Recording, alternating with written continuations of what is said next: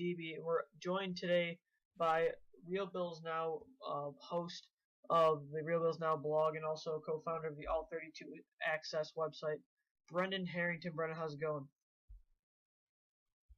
Doing well. You're good. How are you, Louis? I'm doing good. Dave Kress will not be on the podcast again, as he has some other matters to attend to. We'll just say for now. So let's start off with some of the games. We'll go first for the first game of Week 2, which was Thursday night. Two AFC East Division rivals, the Jets versus the New England Patriots. Final score 13-10 Patriots, but not a good game for the Patriots. Rookie receivers had a very tough day, and Tom Brady clearly let them have it. Brendan, what do you think about the Patriots right now? Even though they are 2-0, what do you think how they really look so far heading into Week 3, based on their offense and defensively against some of these teams that they honestly should beat by a lot, and they're really not? Well, they lost Danny Amendola today. They said they done for a while, so I think that's he's having surgery, I guess. Yeah. I think that's gonna hurt him in the long run a lot. I don't think they're gonna keep this lossless or undefeated for a while because their defense looks fantastic, but their offense just doesn't look as good as usual. Even though Tom Brady is not in sync with rookie receivers, he had his worst. He went 19 for 39, which is like his worst completion percentage since 2000. A while ago. I don't know how long ago. Do you know that? Do you think well? I mean, he's had great statistical years. Probably not still his Super Bowl times, but do you think it's a matter more of the receivers, or do you think it's because he's just struggling against these defenses? I don't know. I just think it's definitely the receivers.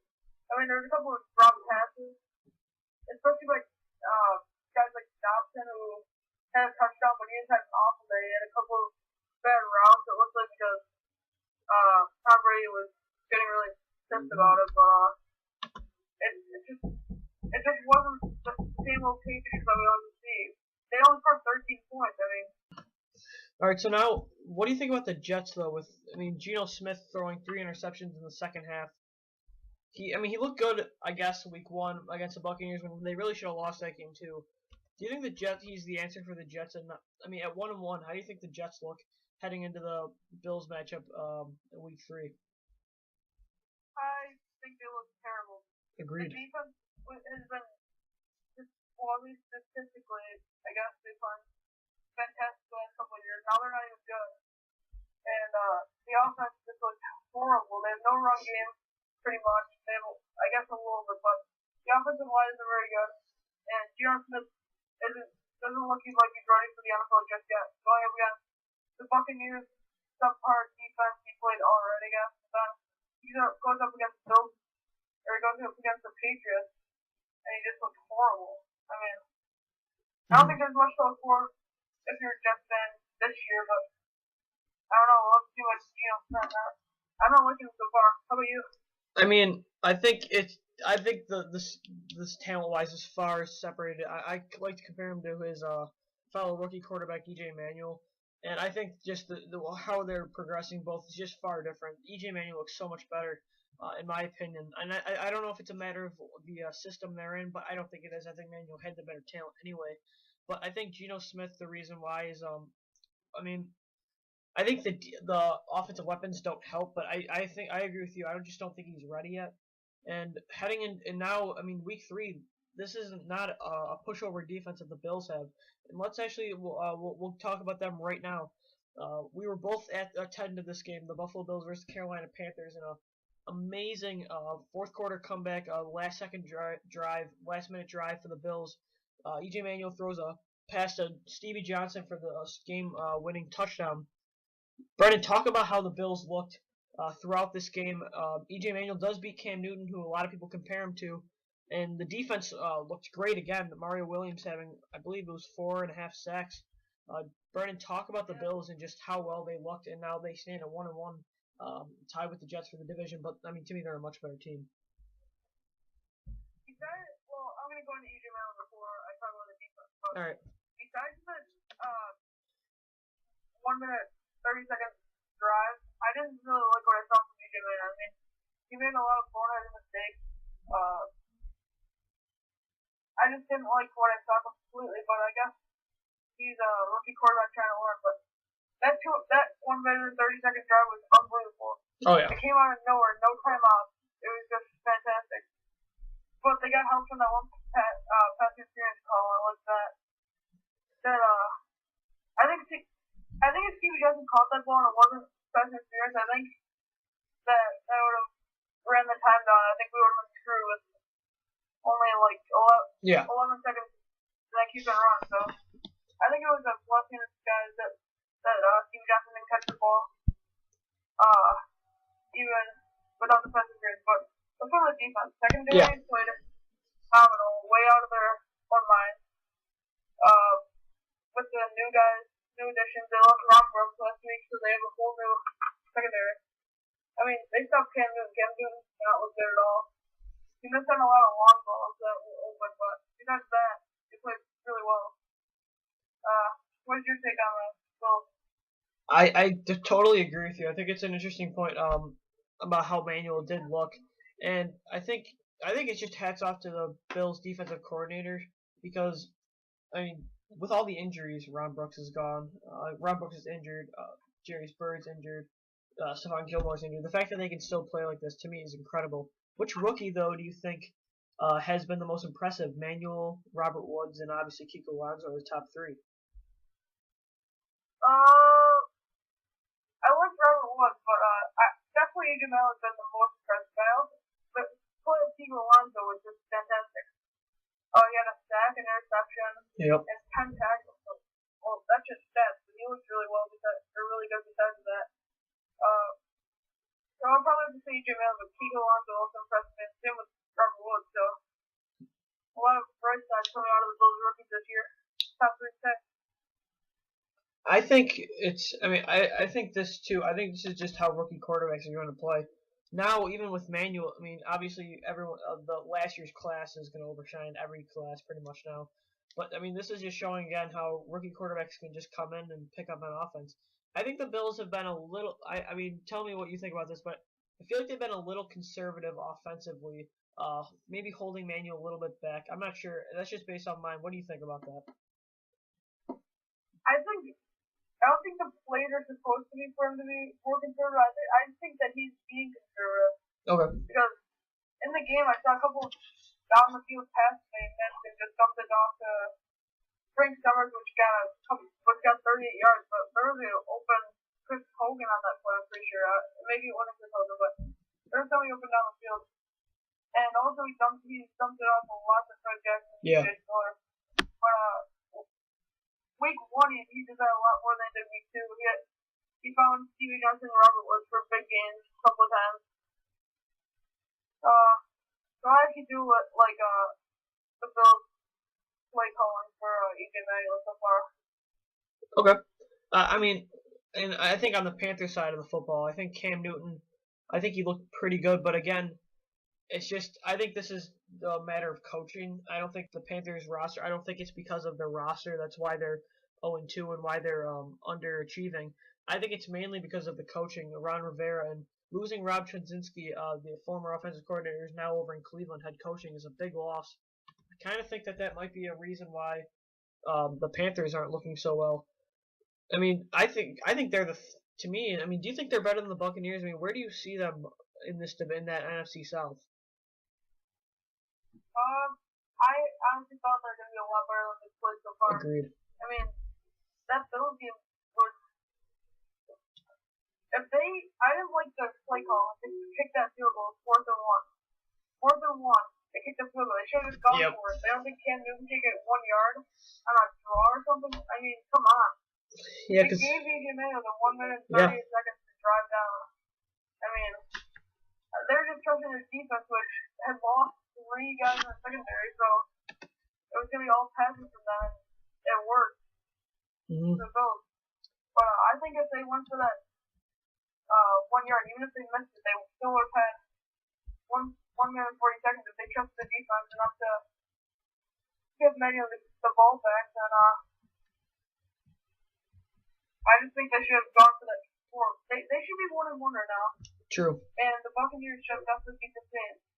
So I think both the Buccaneers and the Panthers are better than most people think. Yeah, I think the Buccaneers could easily be 2-0 because of the Jets game too. Was kind of a fluke play. I mean, he pushed Geno Smith out. So I mean, I don't know. I think the Bills are in a great spot, and I think the Panthers have some work to do, obviously. So another game at 1 o'clock, Atlanta Falcons defeat the Rams 31-24. Kind of most of the Rams points were in garbage time. Baltimore defeats Cleveland 14-6. A big headline here was Ray Rice suffered a hip flexor. He should be okay for next week, but it's kind of a concern. The Ravens' offense does not look good, just based off of what I've seen from both games. Yeah, they scored 27 points against the Broncos, but only scoring 14 points against that Browns defense. They're really running out of weapons to me. Where do you think the state of the Ravens are right now for their season? They're 1-1. Their defense looked great week 2. I just don't know really what to take from this team so far and to see how they're a playoff contender. Obviously, it's only week 2, but what have you been seeing from the Ravens so far in the first 2 weeks? Well, week 1 they got just killed by the Broncos opening day, and then against the Browns they're playing against the Browns, but it looks like they should have beat them bad, but they only won 14-6. The defense played phenomenal, and the offense just played. Losing Ray Rice was hard for them, but still, Joe Flacco could have scored more than 14 points against the Browns. But yeah, I know. It was in a winning effort, so can't really look into that game so much. But the week 1 performance was just horrible, in my opinion.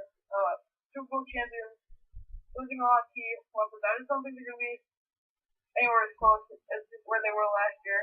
And in a good AFC North division, I just don't think they're gonna make the playoffs. I don't think they're gonna go very far even if they do make the playoffs.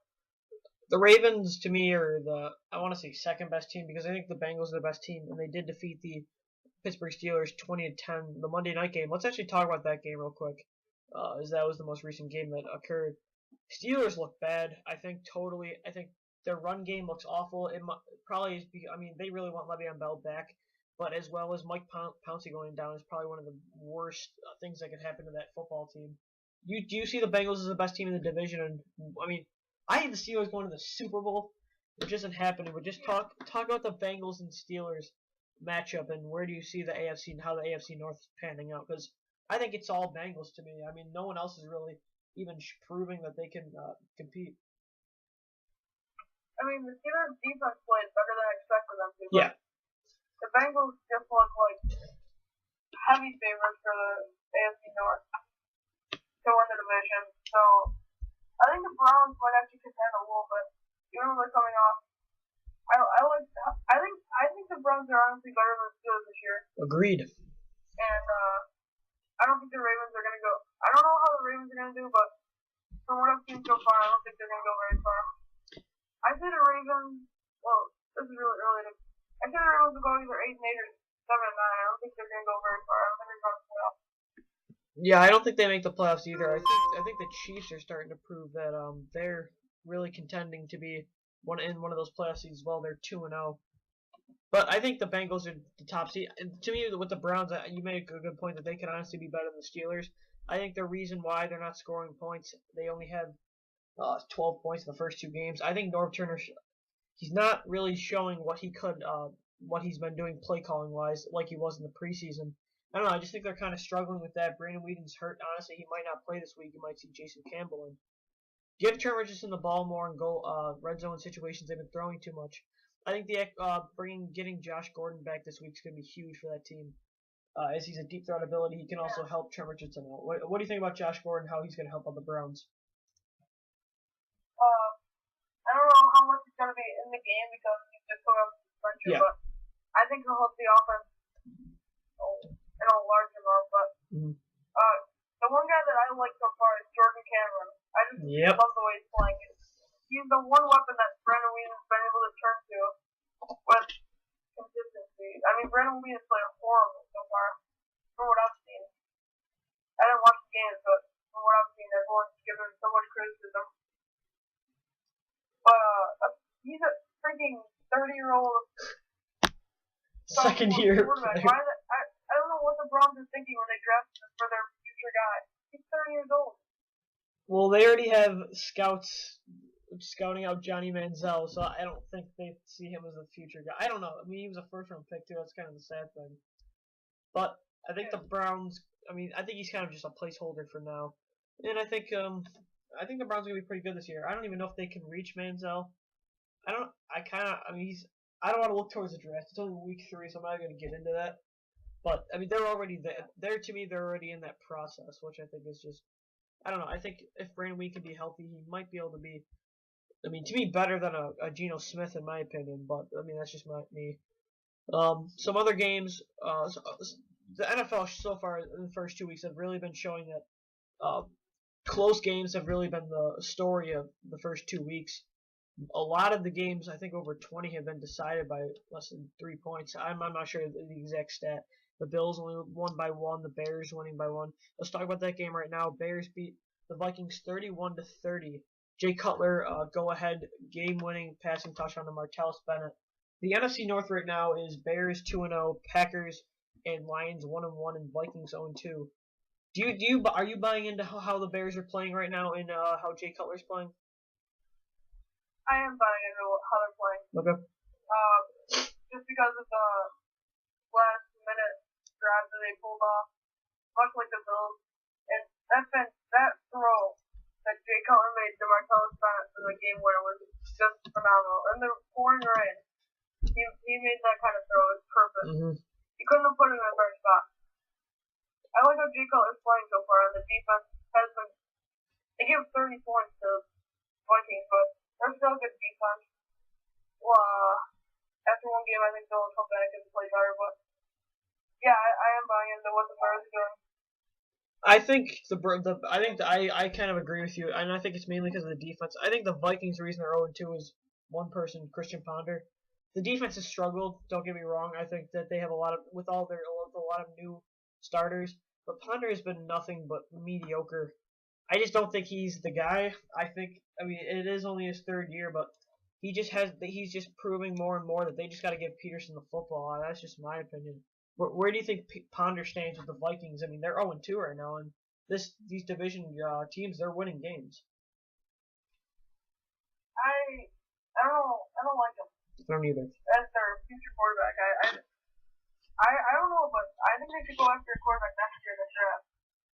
Maybe in the 2nd or 3rd round, not the 1st, but I just don't like Christian Ponder as a number 1 quarterback in the NFL.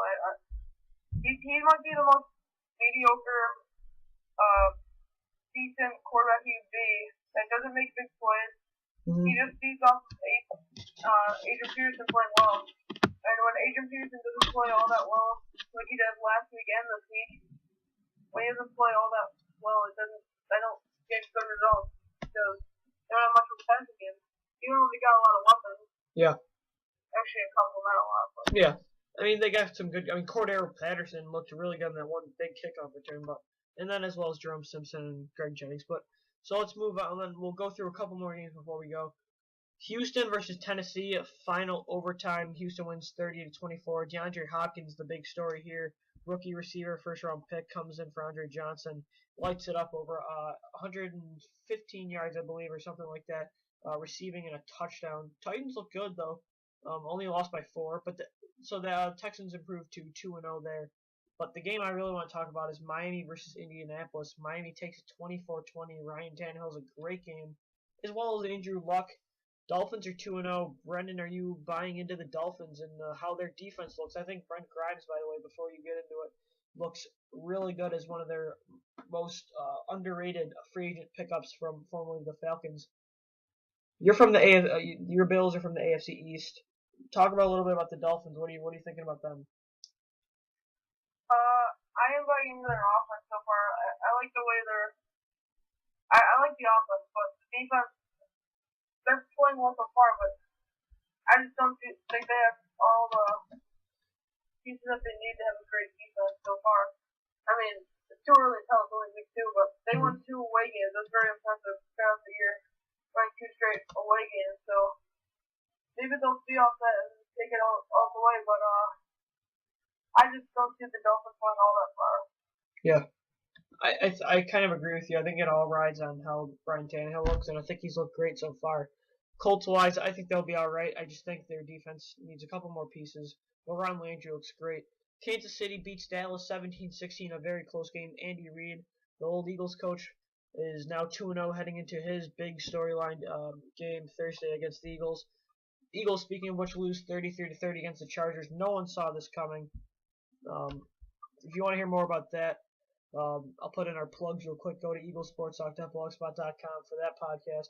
Also, to listen to more about the Bills Panthers, go to realbillsnow.blogspot.com. Let's just get that out of get our links in. Um, Thanks for putting that out there. yeah, we gotta advertise. And then Cardinals defeating Detroit 25-21. Palmer looked great. Detroit looked pretty good, but again, just blew a lead. But the game I want to talk about is Oakland Jacksonville. I guess was a pretty good game, 19-9. They're rooting for Tebow already, Jags.